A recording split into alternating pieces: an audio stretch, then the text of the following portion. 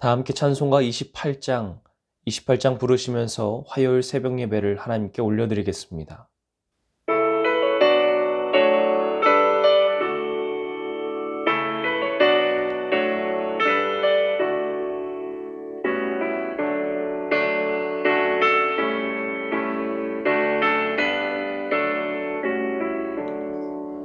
복의 근원 강림하사 찬송하게 하소서.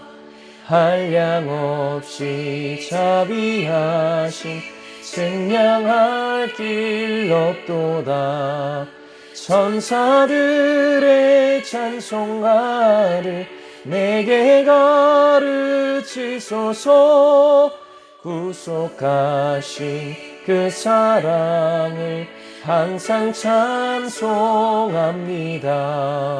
주의 크신 도움받아 이때까지 왔으니 이와 같이 천국에도 이르기를 바라네. 하나님의 품을 떠나 죄에 빠진 우리를 예수 구원하시려고 보혈을 흘려주셨네.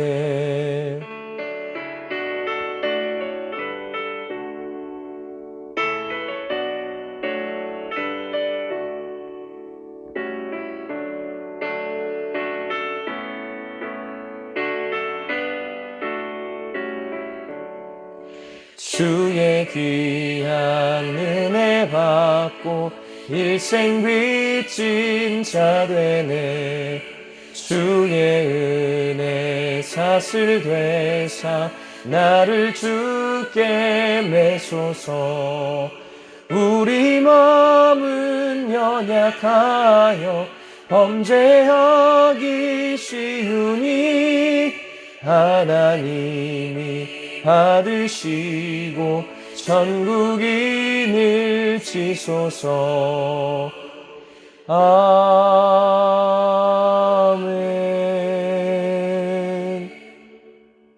오늘도 살아계셔서 역사하시는 하나님, 오늘 하루의 첫 시간을 하나님의 말씀 가운데 불러주셔서 듣게 하시고 기도하게 하신 은혜에 감사드립니다. 예배할 처소가 사라진 상황 가운데서도 각자의 처소에서 온라인으로 이 시간을 주님께 구별하여 드리는 우리의 예배를 받아 주시옵소서. 역사를 주관하시는 하나님, 이 나라와 민족을 위해 간절히 기도합니다. 36년간의 아픈 역사, 그리고 수차례 겪었던 국가적 혼란과 아픔을 극복하게 하시는 은혜에 감사드립니다. 그러나 여전히 혼란스러운 정국과 경제적 어려움으로 갈 길을 찾지 못하는 이 나라를 불쌍히 여겨 주시옵소서. 그러나 우리는 사람의 계획이 아니라 하나님의 다스림이 필요하다는 사실을 깨닫게 하여 주시옵소서. 양극으로 갈라져 서로를 비방하고 헐뜯고 끌어내리느라 서로를 사랑하지 못하고 돌보지 못했던 우둔함을 들춰내시고 오직 하나님의 다스림만이 남게 하여 주시옵소서. 특별히 위정자들을 하나님께서 관철하셔서 나라를 위해 눈물로 기도하며 진정으로 국민의 아픔에 공감할 수 있는 겸손한 리더들이 다 되게 하여 주시옵소서. 우리가 기도할 때에 하늘에서 들으시고 이 땅을 고치신다고 약속하셨사오니 눈물로 기도하며 회개하는 우리의 기도에 응답하여 주시옵소서. 또한 지금 이 시간에도 간절함을 담보 삼아 날마다 목숨을 잃어가고 있는 북한의 국민들을 불쌍히 여겨주시고 그들을 구원하여 주시옵소서. 그들을 사지로 내모는 독재 정권을 무너지게 하시고 하루속히 이 한반도에 복음의 물결이 백두에서 한라까지 흘러가게 하여 주시옵소서. 우리 교회를 기억하시고 여호와로 인해 기쁨과 즐거움을 허락하실 하나님, 우리 모두에게 각자의 베데스다가 있음을 고백합니다.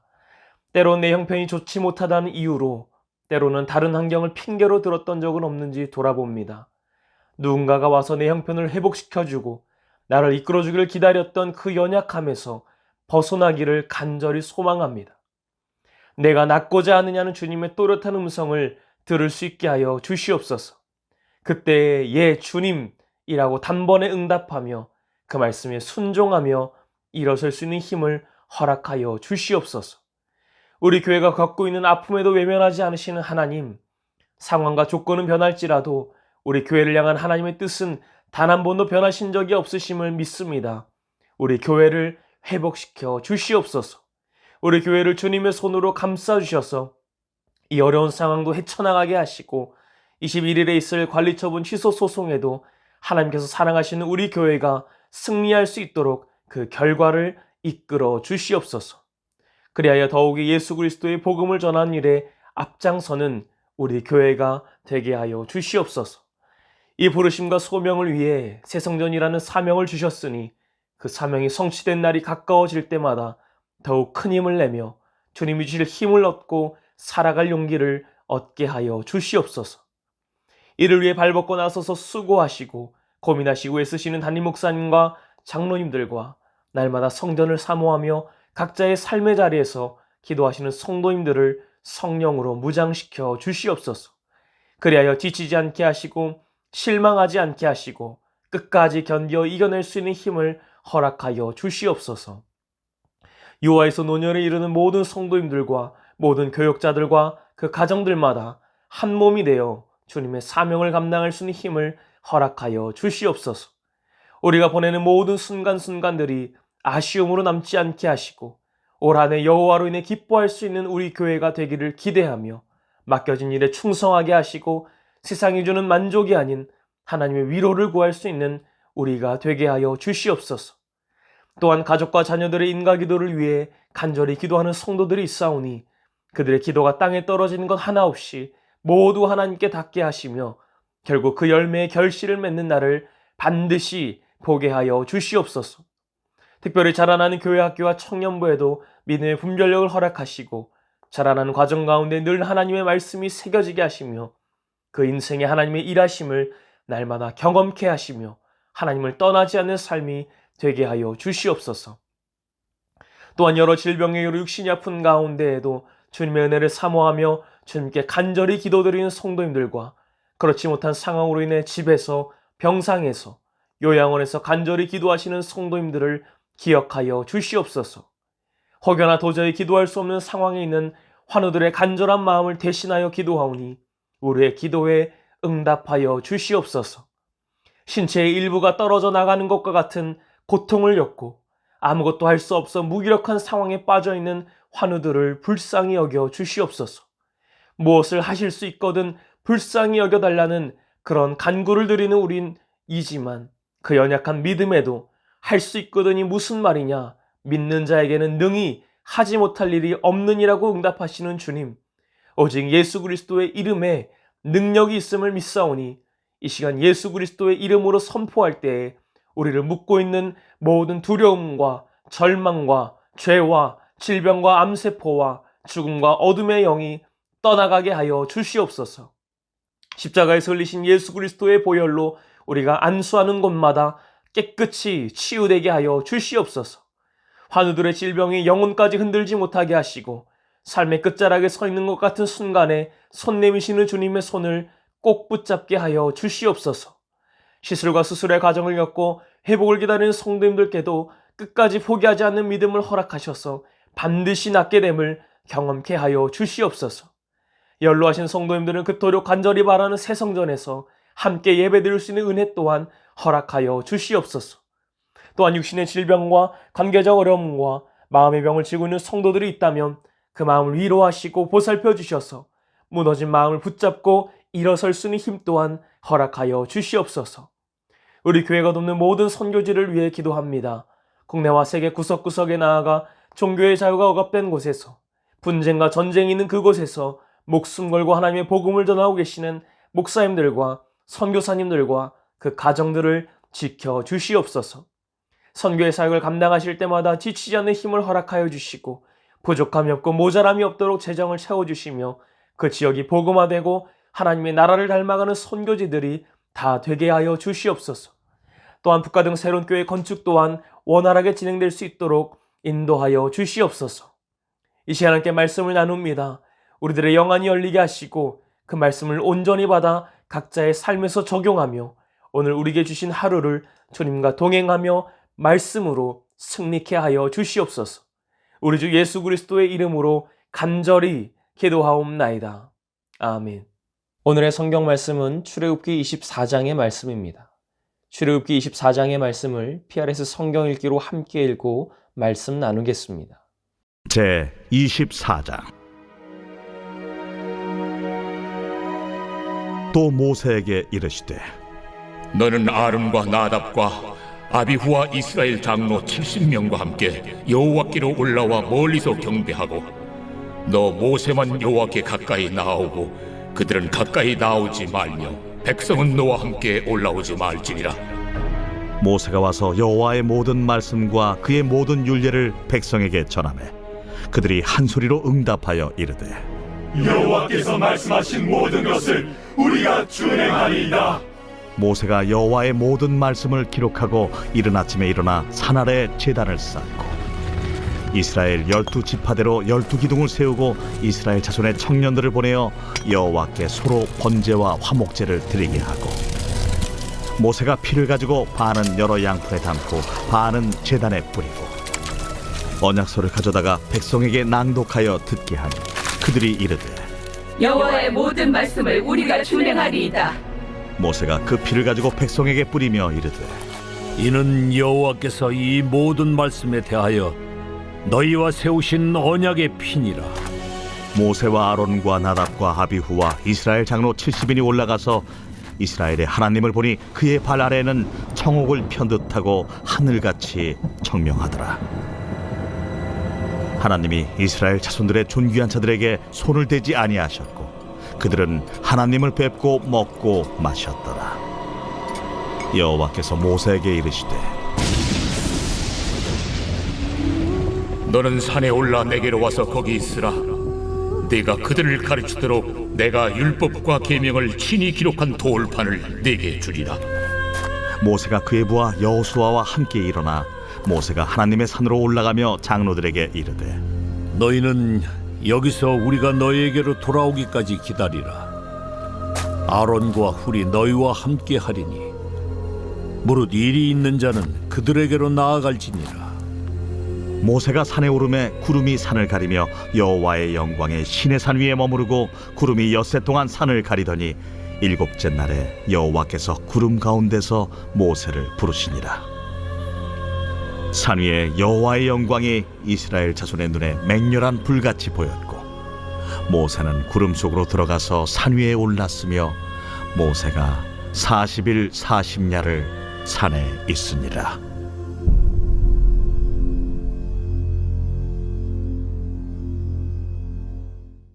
(19장에서) 시작된 시내산 언약에 대한 내용의 결론부에 해당하는 24장은 언약 체결의 실제적인 절차와 과정을 다루고 있습니다.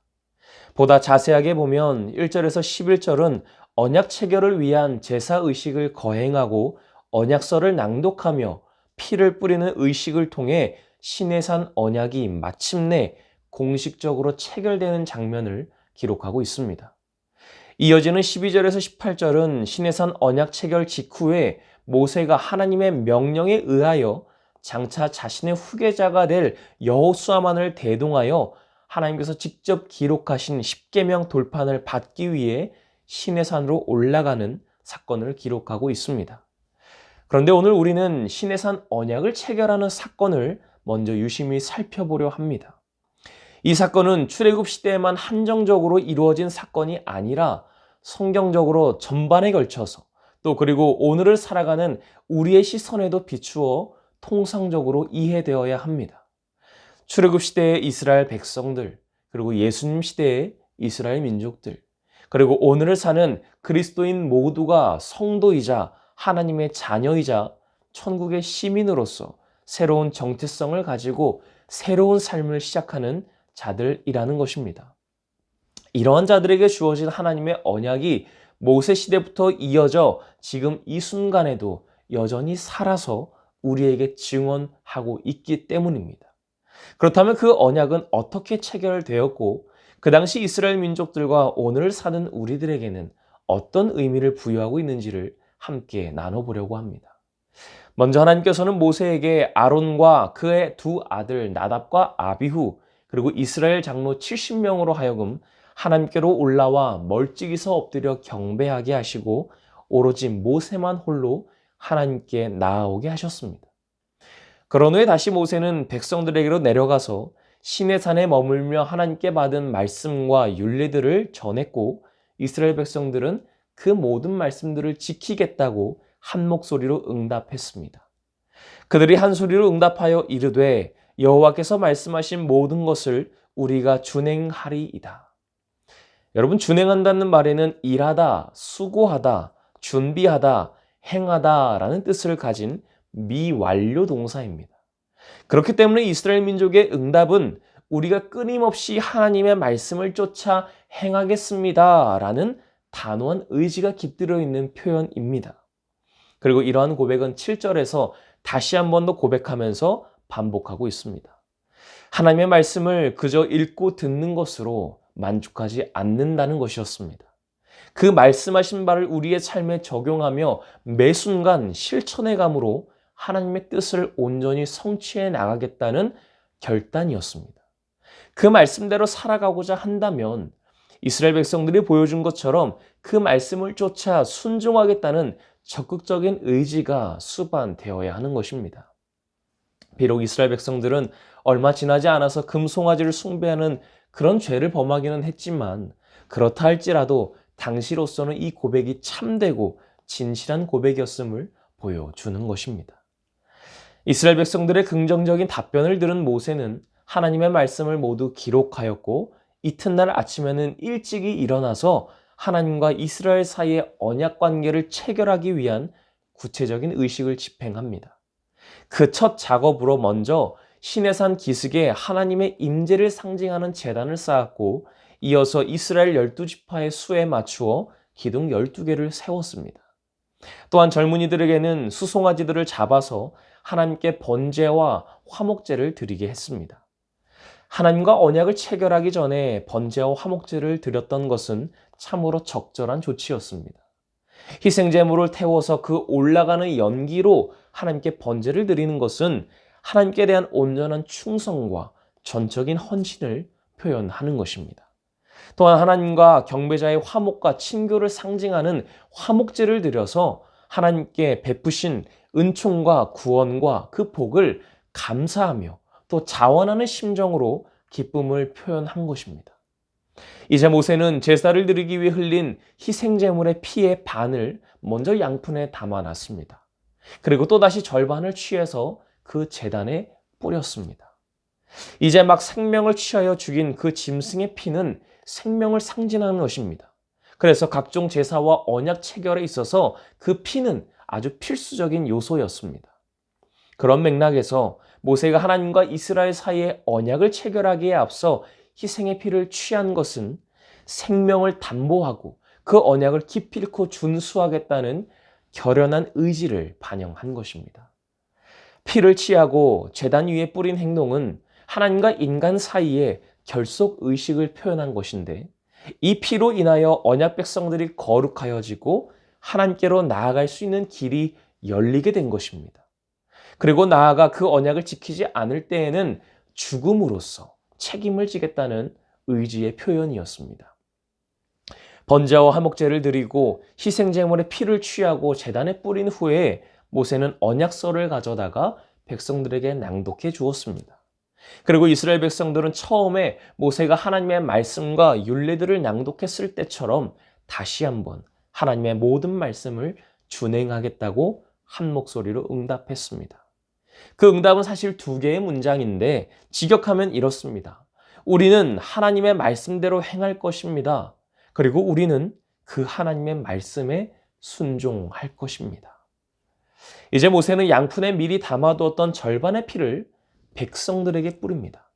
이 같은 행위는 하나님과 언약을 체결하게 되는 이스라엘이 대속의 의미를 갖는 이 피와 접촉하게 함으로써 그들을 성결케 하고 또 백성 개개인이 하나님과 언약 당사자가 된다는 자의식을 가지게 하기 위함이었습니다. 또한 마찬가지로 언약을 위반할 경우 피, 곧 생명으로서 그 값을 치르게 된다는 심판의 사실을 깨우치기 위함이었습니다. 피 흘림이 없이는 결코 하나님과 언약을 맺을 수 없기 때문이었습니다. 그렇다면 오늘을 살아가는 우리는 이런 희생제사를 드리기 어렵고 또 그렇기에 희생제물의 피와 접촉하기도 어려운데 어떻게 하나님과 언약을 체결할 수 있겠습니까? 그래서 하나님께서는 직접 인간이 되어 주셔서 예수 그리스도로 이 땅에 오신 것입니다. 생명과 거룩을 상징하는 피는 자기 죄로 인해 영원한 죽음을 맞이할 수밖에 없는 우리들에게 영생을 주시기 위해 대속의 죽음을 죽으신 예수 그리스도의 십자가 보혈을 예표하기도 합니다. 그렇기 때문에 오직 예수 그리스도의 보혈을 믿음으로 받아들일 때만 이 모든 영혼들이 죄에서 벗어나 거룩하게 되고 죽음 가운데에서 소생케 되며 또 구속의 은혜를 덧입게 되는 것입니다. 그래서 예수님께서는 마태복음 26장에서 이렇게 말씀하십니다. 또 잔을 가지사 감사기도 하시고 그들에게 주시며 이르시되 너희가 다 이것을 마시라. 이것은 죄 사함을 얻게 하려고 많은 사람을 위하여 흘리는 바 나의 피, 곧 언약의 피니라. 예수 그리스도께서 친히 화목제물이 되시고 십자가에서 피 흘려 죽어주심으로 그 피를 통해 하나님과 인간 사이에 새 언약을 맺어 주신 겁니다. 그렇기 때문에 누구든지 예수 그리스도를 믿기만 하면 죄 사함을 얻게 되고 하나님의 언약 백성이 될 수 있게 된 것입니다. 그러므로 오늘날 우리 성도들은 모두 다 예수 그리스도께서 우리를 대신하여 흘려주신 피로 인해 하나님의 언약 백성이 될 수 있게 된 것입니다. 사랑하는 성도 여러분, 이스라엘 백성들이 하나님과 언약을 체결했지만 그렇다고 해서 인간이 범죄하기 이전에 하나님과의 관계로 완전하게 돌아가는 것은 또 아니었습니다. 언약을 체결한 이후에도 여전히 하나님께 자유롭게 나아가지는 못했고 여전히 반복적으로 죄를 짓기도 했습니다. 그러나 하나님께서는 11절에서 이스라엘과 언약을 체결하신 후에 그들에게 손을 대지 않으셨고 하나님을 뵙고 먹고 마셨다고 기록하고 있습니다. 이것은 하나님과 이스라엘 백성 간의 교제가 회복될 수 있음을 또 회복되었음을 암시한다고 할 수 있는 것입니다. 예수님께서도 십자가에 달리시기 전날 밤에 제자들과 최후의 만찬이자 최초의 성만찬을 베푸셨습니다. 그런 후 예수님께서 십자가에 달려 돌아가실 때 하나님과 인간 사이의 엄격한 간격을 상징하는 그 성소의 휘장이 위에서부터 아래까지 찢어지게 됩니다. 하나님과 인간 사이를 가로막고 있었던 간격이 사라졌음을 나타내는 것입니다. 그렇듯 예수 그리스도의 대속의 죽음으로 말미암아 하나님과 인간 사이를 가로막고 있었던 영원한 죽음의 벽은 허물어지게 됐고 이제 예수님께서 흘리신 그 언약의 피를 힘입어 우리는 하나님께로 나아갈 수 있는 친밀한 교제가 가능케 되었던 것입니다.